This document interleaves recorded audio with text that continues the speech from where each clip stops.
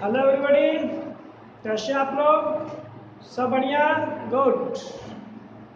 मैंने पिछली वीडियो में आपको क्लास 9th के हिस्ट्री में का फर्स्ट चैप्टर फ्रेंच रेवोल्यूशन है, उसमें मैंने 14 जुलाई 1789 की घटना का वर्णन किया था कि फ्रांस में 14 जुलाई 1789 को कौन सी घटना घटी, लेकिन वो घटना क्यों घटी, लोगों को शासक के प्रति क्यों गुस्सा था, लोगों को क्यों नफरत थी अपने शासक से। मैंने कहा था कि मैं इन सारी बातों की चर्चा अगले वीडियो में करें। तो इस वीडियो में हम आपको बताने जा रहे हैं कि French society during the late 18th century, यानी कि फ्रांस में जो लेट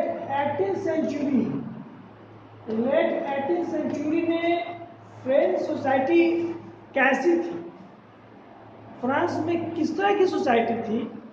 आज हम लोग फ्रेंच सोसाइटी की चर्चा करेंगे 14 जुलाई 1789 से पहले किस तरह की थी फ्रांस की सोसाइटी। आइए चर्चा करते हैं, ठीक है। देखिए, तो आपको बता दें, in 1774 Louis XVI of Bourbon family married to Austrian princess Marie Antoinette,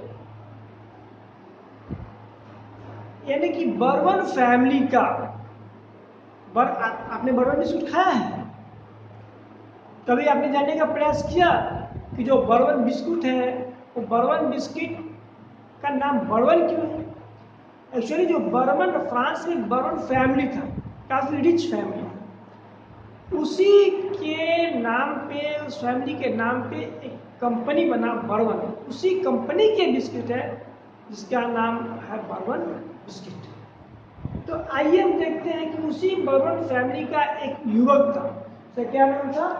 उसका नाम था लुइस 16। वो मात्र 20 ईयर्स का था, 20 वर्ष का था। उस समय वो फ्रांस का राजा बना। तो फ्रांस का जो शासक बना, तो फ्रांस का शासक बनने के बाद उसकी शादी हुई ऑस्ट्रेलिया की राजकुमारी से। ऑस्ट्रेलिया, ध्यान देंगे, ऑस्ट्रेलिया अलग है और ऑस्ट्रेलिया अलग है। ये नहीं समझे कि ऑस्ट्रेलिया और ऑस्ट्रेलिया दोनों एक है, नहीं। ऑस्ट्रेलिया जो फ्रांस के पास है, तो ऑस्ट्रेलिया की एक राजकुमारी थी जिसका नाम था मैरी एंटोनियट। मैरी एंटोनियट से उसकी शादी हुई। किसकी शादी हुई? लुइस 16 की। जब वह राजा बना, जब वो शासक बना, तो शासक बनने के समय उसका ट्रेजरी था, जो खजाना था, जो राजकोष था, वो बिल्कुल खाली था। मैंने कहा था ना कि मैं बताऊंगा कि वो जो क्रांति हुई 14 जुलाई 1789 को, क्यों उस दिन लोगों ने रिवोल्ट किया, क्यों विद्रोह किया, क्यों सेना के साथ उनकी झड़प हुई। तो मैंने कहा था कि मैं बताऊंगा नेक्स्ट वीडियो में। तो राजकोष जो था वो बिल्कुल खाली था। अब वो राजकोष कैसे खाली था, क्यों खाली था, इन सबों की चर्चा हम करेंगे अगले वीडियो में। आज हम ये देखेंगे कि जो फ्रेंच सोसाइटी था, वो फ्रेंच सोसाइटी किस प्रकार की सोसाइटी थी, किस तरह की सोसाइटी थी फ्रांस में लुइस 16 के समय। देखिए, 3 तरह की फ्यूडल सोसाइटी थी। All resign before 1789। मैंने कहा कि चूंकि 14 जुलाई 1789 को रिवोल्ट हुआ, उसके बाद वहाँ पे परिवर्तन हुआ, वहाँ परिवर्तन की शुरुआत ही दिन था 14 जुलाई।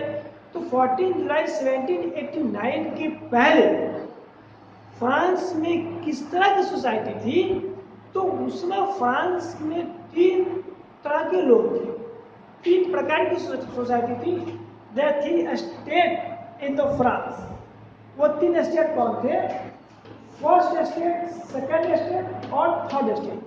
यानी फ्रांस के जो लोग थे, तो फ्रांस की जनता थे, वो 3 स्टेट में बांटी हुई थी, फर्स्ट स्टेट, सेकेंड स्टेट और थर्ड स्टेट।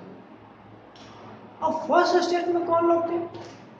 फर्स्ट स्टेट में थे क्लर्जी लोग, सेकेंड स्टेट में कौन थे? नोबिलिटी, और थर्ड स्टेट में थे पीजेंट्स, मर्चेंट्स, लेबर्स एसेट्रा। और फर्स्ट स्टेट में थे क्लर्जी। अभी क्लर्जी कौन लोग थे? तो क्लर्जी कहते हैं जैसे आपके यहाँ पंडित होते हैं ना, पंडित, पुरोहित, ब्राह्मण जो पूजा पाठ कराते हैं, तो यही जो फ्रांस में जो पादरी लोग थे, फादर लोग जो थे, जिनका चर्च पे अधिकार होता था, जिनका पूजा पाठ पे अधिकार होता था, जो लोग शादी विवाह करवाते थे, वही लोग थे क्लर्जी। ठीक है, क्लर्जी समझ में कोई दिक्कत नहीं। तो क्लर्जी कौन लोग हो गए? क्लर्जी हो गए जो चर्च के स्वामी थे, पादरी वर्ग के लोग। ठीक है, सेकंड स्टेट है नोबिलिटी। तो नोबिलिटी लोग थे, तो नोबिलिटी लोग कौन लोग थे? नोबिलिटी लोग वे लोग थे जो शासक वर्ग के परिवार थे, या उनके मित्र थे, या उनके सगे संबंधी थे, यानी कि जो शासक वर्ग से जो रिलेटिव थे, उनके फ्रेंड्स थे, जो उनके फैमिली थे, वे सारे लोग आ जाते थे किस स्टेट में? सेकेंड स्टेट में नोबिलिटी। आ गया समझ में? Second state. फर्स्ट स्टेट में कौन लोग थे? पादरी वर्ग के लोग थे, जिनका चर्च पे अधिकार था। और सेकेंड स्टेट में कौन लोग थे? शासक वर्ग के जो परिवार थे, उनके जो रिलेटिव्स थे, उनके जो फ्रेंड्स थे। इस तरह से 2 स्टेट क्लियर हो गया। अब आपका है थर्ड स्टेट। थर्ड स्टेट में पीजेंट्स यानी कि किसान, मर्चेंट्स व्यापारी, और लेबर्स यानी कि जो मजदूर वर्ग के लोग थे, श्रमिक वर्ग के लोग थे। यानी कि जो आपका क्या है? क्लर्जी एक फर्स्ट स्टेट हो गया। सेकंड स्टेट नोबिलिटी, शासक वर्ग लोग। इसके अलावे बाकी जो सारे बच गए, वो सारे के सारे आ गए इसमें थर्ड स्टेट में आ गए। तो इस तरह से जो फ्रेंच सोसाइटी आपका था, 3 स्टेटों में बना हुआ था, क्लर्जी, नोबिलिटी और पीजेंट, मर्चेंट, लेबर्स एटसेट्रा। इसको आपको ध्यान से याद रखना होगा, क्योंकि बार बार आपको ये आएगा कि फर्स्ट स्टेट के लोग इस तरह कहते हैं, सेकेंड स्टेट के लोग इस तरह कहते हैं, थर्ड स्टेट के लोग इस तरह कहते हैं। तो जब तक आपके दिमाग में ये नहीं रहेगा कि फर्स्ट स्टेट में कौन लोग थे, सेकेंड स्टेट में कौन लोग थे, थर्ड स्टेट में कौन लोग थे, तब तक आपको समझने में दिक्कत होगी। और एक बात और, हम चाहेंगे कि हम जब भी आपको हम पढ़ा रहे हो, तो आप अपने सामने एनसीईआरटी का एक बुक खोल कर रखिए, और उस बुक में भी ये टॉपिक निकाल कर रखिए, French society during the late 18th century. जिस टॉपिक को हम पढ़ा रहे हैं, उस टॉपिक को आप खोल करके रखिए, ताकि बात आपको आसानी से समझ में आ जाए। तो एक बात तो क्लियर हो गया कि फ्रेंच सोसाइटी आपका 3 स्टेट में बटा हुआ है। अब देखिए, अब क्या था कि ये जो क्लर्जी लोग थे, जो नोबिलिटी थे, ये दोनों जो है enjoy privilege based on what और exemption from paying tax। यानी क्लर्जी और नोबिलिटी, इन लोगों को किसी प्रकार का कोई टैक्स नहीं देना पड़ता। टैक्स से वो लोग फ्री थे, और क्या करते थे? एंजॉय करते थे। ठीक है। और हाँ, एक बात मैं आपको बताना भूल गया, ये फ्यूडल सोसाइटी, फ्यूडल सोसाइटी जो आपका ये 14 जुलाई 1789 से पहले फ्यूडल सोसाइटी था। ये फ्यूडल सोसाइटी क्या होता है? तो फ्यूडल सोसाइटी का मतलब होता है कि जहाँ पे आपका जो वहाँ का लैंड है, या जो वहाँ पे चर्च वगैरह है, तो ये सब का जो स्वामी है, जो मालिक है, ये कुछ ही लोग रहते हैं। फ्यूडल सोसाइटी में सारी संपत्ति जो है वो कुछ लोग के पास सीमित होता है, और बाकी जो लोग होते हैं वो उनके अधीन होते हैं। बाकी लोग को उनके अधीन काम करना पड़ता है, और जैसे जो कुछ लोग होते हैं वो लोग जैसे जो कहते हैं उसको वे लोग मानने के लिए बाध्य होते हैं, उनको मानना पड़ता है। और जो भी अर्न करते हैं, अर्न करने के बाद वो जो है उनको देना पड़ता है, लैंड लॉर्ड को देना पड़ता है। इस तरह से जो फ्यूडल सोसाइटी का मतलब ये हुआ कि जहाँ पे संपत्ति कुछ ही लोगों के हाथों में सीमित होती है और बाकी सारे लोग क्या करते हैं, उनके सेवक होते हैं, उनके दास होते हैं, उनके गुलाम होते हैं और उनके अनुसार वो काम करते हैं और काम करके उनको जो भी तय होता है कितना देना है उनको देना पड़ता है। ये हो गया आपका फ्यूडल सोसाइटी। फ्यूडल सोसाइटी था कब? फ्यूडल सोसाइटी था आपका ये 14 जुलाई 1789 से पहले। आगे फ्यूडल सोसाइटी क्या होता है, चलिए तो हम क्या रहे थे कि ये जो आपका क्लर्जी जो वर्ग था और नॉयल्टी वर्ग था, ये दोनों वर्ग के लोग क्या थे, इनको किसी तरह का कोई टैक्स नहीं देना पड़ता। मैं आपको बता रहा हूँ क्यों राजा के प्रति लोग को विद्रोह हुआ, क्यों गुस्सा हुआ। तो ये दोनों जो थे, ये दोनों जो कि आपका एक शासक वर्ग के लोग थे और ये आपका पादरी वर्ग के लोग थे, ये दोनों को किसी तरह का टैक्स नहीं देना पड़ता था। और ये लोग क्या करते थे कि किसी का जन्म अगर आपका हो गया फर्स्ट स्टेट में, एंजॉय करते रहिए होल लाइफ। अगर आपका जन्म हो गया सेकेंड स्टेट में, एंजॉय करते रहिए होल लाइफ। तो फंसा कौन, बोझ किस पे पड़ा? थर्ड स्टेट में, जिसकी संख्या बहुत ज्यादा थी। अब देखिए थर्ड स्टेट को क्या करना पड़ता था कि they were obliged to pay taxes and services। मैंने कहा ना फ्यूडल सोसाइटी में क्या होता है कि ये इन दोनों के पास क्या था, संपत्ति सीमित था, फर्स्ट स्टेट और सेकेंड स्टेट के पास। और थर्ड स्टेट के लोग थे, इन लोगों को क्या करना पड़ता था कि they were obliged to pay taxes और रेंडर सर्विसेज, यानी कि उनको टैक्स भी देना है। जो थर्ड स्टेट के लोग हैं इनको क्या करना है, टैक्स भी देना और अपना सर्विस भी देना, अपनी सेवा भी देना। जैसा वो लोग कहेंगे फर्स्ट स्टेट और सेकेंड स्टेट लोग, वैसा इनको करना भी, वैसा इनको मानना भी। तो ये बातें हैं। दूसरी बात है कि दो प्रकार का टैक्स भी लगा हुआ था। पहली बात तो टैक्स ये दोनों स्टेट को देना नहीं था, देना था किसको, ऊपर थर्ड स्टेट।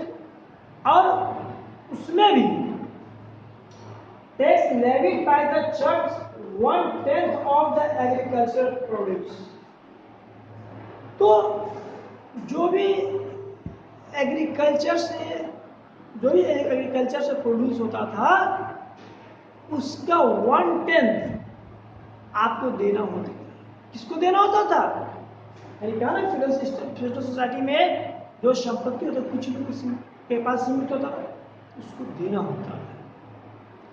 और 1/10 जैसे मान लें कि एग्जाम्पल के तौर पे आपने गेहूं की खेती, ठीक है, गेहूं आप जानते हो ना, हमारे यहाँ तो गेहूं का, चावल का ऐसा खेती होता है ना।